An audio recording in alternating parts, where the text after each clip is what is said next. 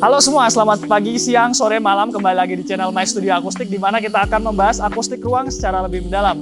Sekarang di video kali ini kita sudah ada di salah satu lokasi ya, tempatnya itu ada di salah satu proyek yang sudah kita kerjakan. Itu ada di SMK Muhammadiyah 1 Prambon, Nganjuk. Nah, jadi di proyek kali ini tuh cukup spesial ya, karena ini tuh ruangan yang besar kayak gitu. Dan nantinya akan digunakan oleh siswa dan juga siswi di SMK ini. Dan kira-kira ruangannya seperti apa, langsung aja kita akan bahas.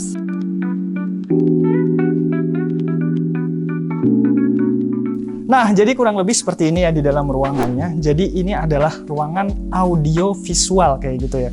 Jadi memang konsepnya hampir sama ya kayak mini bioskop gitu, tapi mungkin lebih bisa digunakan untuk multifungsi.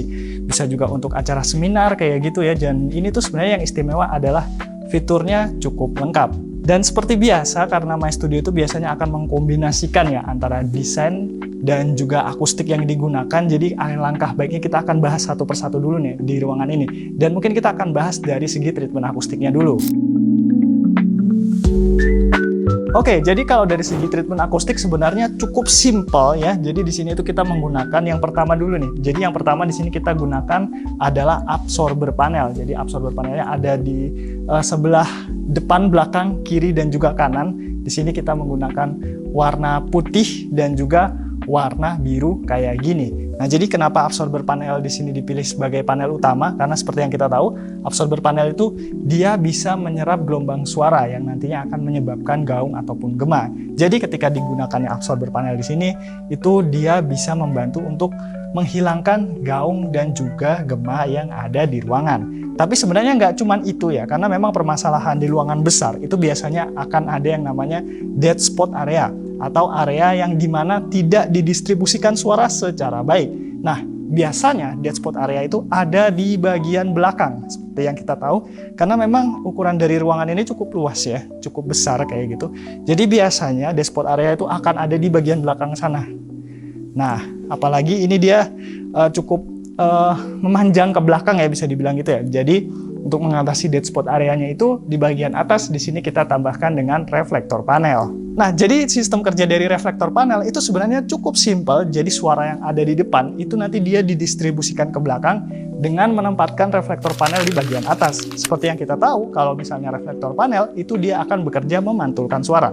Jadi suara yang ada di bagian depan itu dia akan kena di bagian reflektor panel. Kemudian reflektor panelnya akan membantu memancarkan suara atau memantulkan suara hingga ke belakang. Jadi bisa dibilang reflektor panel ini dia akan berguna supaya seluruh sudut ruangan ini itu terdistribusikan suaranya dengan cukup baik. Jadi di sini kita menggunakan dua kombinasi panel. Yang pertama itu adalah absorber panel yang fungsi utamanya itu untuk menyerap gaung atau gema yang ada di ruangan. Jadi bisa dibilang di ruangan ini, di proyek kali ini, ruangannya itu minim adanya gaung ataupun gema. Dan juga yang kedua, di ruangan ini juga sudah dilengkapi dengan yang namanya reflektor panel yang berguna supaya pantulan suaranya itu disebarkan ke belakang dan akan mengakibatkan ruangan ini itu bebas dari yang namanya dead spot area. Kurang lebih kayak gitu dari segi treatment akustiknya, dan mungkin kita akan bahas dari segi desainnya karena memang di ruangan ini ada beberapa desain kecil maupun yang signifikan yang harus dibahas. Oke, dari segi kombinasi warna sebenarnya cukup simpel. Jadi di ruangan ini tuh dikombinasikan dengan dua warna yang signifikan yang ada di bagian dinding, yaitu adalah warna biru dan juga warna putih. Nah, sebenarnya kalau dari segi desain sendiri, kalian bisa lihat ya dari segi pemasangan panelnya. Jadi di sini tuh bentuknya itu persegi seperti ini atau kotak ya. Kotak seperti ini yang kemudian disusun miring dan membentuk garis diagonal seperti ini. Tapi kalau cuman itu pasti akan terkesan flat ya. Nah, itu sebabnya untuk membuat desainnya lebih menarik, yaitu di bagian sampingnya atau di bagian tengah-tengahnya. Nah, di sini ditambahkan juga dengan permainan list garis seperti ini. Nah, jadi nggak cuman panelnya aja yang disusun secara persegi, yang disusun secara miring kayak gini. Nah, tapi untuk lebih menarik lagi, di sini juga ditambahkan dengan permainan garis seperti ini. Jadi membuat kesan ruangannya itu tidak terlalu flat, karena memang di sini segi permainan desainnya itu cukup dimainkan. Nah, itu kurang lebih di bagian sisi samping, kiri, dan juga kanannya. Untuk di bagian belakangnya sedikit berbeda ya permainannya. Jadi kalau misalnya di bagian belakang, di sini desainnya sedikit berbeda, yaitu menggunakan pola persegi panjang seperti ini. Meskipun kombinasi warnanya sama, tapi untuk membuat desain ruangannya itu lebih berbeda lagi, lebih menarik lagi. Nah, di sini digunakan pola-pola seperti ini. Dan masih menggunakan unsur yang sama, jadi di bagian list kanan dan juga kirinya itu ditambahkan lagi dengan garis-garis seperti yang tadi kita udah bahas di bagian samping kanan kirinya itu sendiri. Kalau untuk plafonnya sendiri cukup simpel. Di sini untuk plafonnya sendiri kita gunakan warna putih, jadi memang dia menyesuaikan dengan desain di bagian dindingnya. Jadi memang di bagian dindingnya dominannya ada putih. Nah, di bagian atasnya juga dikombinasikan dengan plafon yang warnanya putih. Begitupun juga dengan depannya. Nah, untuk bagian depannya sebenarnya dia mirip dengan yang di belakang ya, yaitu dia menggunakan pola persegi panjang seperti itu, yang kemudian juga dikombinasikan dengan warna biru dan juga warna putih. Nah, desain menarik lagi ya, yaitu ada di bagian lantainya sendiri. Kalau di sini kita memang mengutamakan lantainya itu menggunakan karpet ya, jadi bisa dilihat dia menggunakan karpet seperti ini. Nah, karpet ini tuh sebenarnya ada beberapa keunggulan. Yang pertama, yaitu karpet dia bisa membantu mengurangi gaung dan juga gema di ruangan. Jadi dia akan membantu menyerap gelombang suara yang nantinya akan menyebabkan gaung. Jadi di sini penyerapannya itu nggak cuma menggunakan absorber panel, tapi di sini juga si karpetnya ini akan membantu menyerap gelombang suara itu sendiri. Nah, selain itu, karpet ini tuh juga dia bisa berguna yang lainnya ya, yaitu dia membuat lantainya tuh nggak licin kayak gitu, dan dia akan memberikan kesan yang hangat gitu kalau di kaki ya kayak gitu. Apalagi ini ruangannya ber-AC kayak gitu ya, digunakan oleh siswa-siswa nantinya ya, jadi supaya nggak dingin kayak gitu ya, tetap ada kesan hangatnya. Di sini di bagian lantainya kita tambahkan dengan karpet. Nah, selain itu juga untuk di bagian lantainya sebenarnya ada detail kecil lagi ya. Jadi kalau misalnya teman-teman lihat di bagian lantainya ini sendiri, nah ini di bagian sudutnya ditambahkan dengan list seperti ini. Nah, ini tuh akan membuat sudutnya tidak terlalu menyiku. Nah, jadi dia ketika mungkin tidak sengaja kena ya, atau kepentok kakinya kayak gitu ya, jadi dia tidak terlalu terasa sakit seperti itu, karena memang di sini ditambahkan dengan list seperti ini juga. Nah, selain itu juga di bagian lantainya ya, dan terutama di bagian lantai tangganya, ini tuh sebenarnya sudah dilengkapi juga dengan yang namanya lampu tangga seperti ini. Jadi ketika lampu utamanya dimatikan, otomatis masih ada pencahayaan di ruangan ini yang menggunakan lampu tangga seperti ini. Nah, itu dari segi lantainya ya. Sisanya yaitu ada di permainan bangkunya. Nah, jadi di ruangan ini memang sudah dilengkapi juga dengan tempat duduk seperti ini. Ini sama seperti yang ada di bioskop-bioskop pada umumnya kayak gitu. Nah, jadi kursinya seperti ini menggunakan warna merah. Lalu di sini tuh dia menggunakan kursi yang sedikit berbeda ya. Jadi kalau misalnya kalian lihat, ini ketika mau dipakai itu cukup diturunkan kayak gini aja, terus tinggal duduk kayak gitu. Nah, kemudian ketika nggak dipakai, dia nanti akan terlipat sendiri. Nah, keunggulan kalau misalnya dia bisa kelipat sendiri kayak gini, itu ketika ada kotoran di bagian atasnya sini ya, atau di bagian sininya, itu ketika dilipat nanti kotorannya akan langsung turun ke bawah. Nah, memang ini dia diciptakan seperti itu, atau dia dibuat seperti itu, jadi nanti kotorannya bisa langsung jatuh ke bawah semuanya seperti itu, kemudian tinggal dilap aja di bagian lantainya itu sendiri. Nah, selain itu juga keunggulan dari kursi di ruangan ini yaitu ada di sininya. Nah, jadi ini adalah cup holder ya, seperti itu. Jadi kalau misalnya ingin membawa minuman seperti itu ya, itu tinggal ditaruh ke cup holdernya ini tuh sendiri, jadi nggak perlu taruh di bawah lantai kayak gitu, karena memang berisiko cukup berbahaya ya. Kalau misalnya ketendang nanti dia bisa mengotori di bagian karpetnya itu sendiri. Jadi memang di sini kursinya sudah dilengkapi dengan cup holder, dan ini tuh dilengkapi cup holdernya di keseluruhan bagian kursi yang ada di ruangan ini. Nah, sisanya itu sendiri yaitu di bagian antara tempat duduk ya. Jarak antar tempat duduknya ini juga berpengaruh. Jadi dia nggak terlalu kecil dan juga dia nggak terlalu sempit. Jadi kalau misalnya ada yang duduk di kursi ini seperti ini ya, jadi jaraknya ini nggak terlalu berdempetan kayak gitu. Jadi kaki itu masih bisa ada ruang yang luas ketika duduk di ruangan ini seperti itu. Jadi kesan nyaman di ruangan ini dari segi desainnya itu dipertimbangkan hingga ke bagian kursinya itu sendiri. Nah, itu tadi di bagian penontonnya ya. Jadi bagian penonton yaitu di bagian kursi yang sudah dilengkapi cup holder, di bagian kursinya juga sudah melipat otomatis seperti ini. Di bagian lantainya juga sudah dilengkapi dengan lampu tangga, dan ada yang lainnya yaitu di bagian depannya. Oke, untuk di bagian depannya sendiri di sini kita menggunakan Videotron seperti ini ya. Jadi memang dia menggunakan Videotron itu memang dia bisa memberikan kesan yang lebih luas kayak gitu ya. Jadi dia full hitam di bagian depan, dilengkapi juga dengan Videotron seperti itu.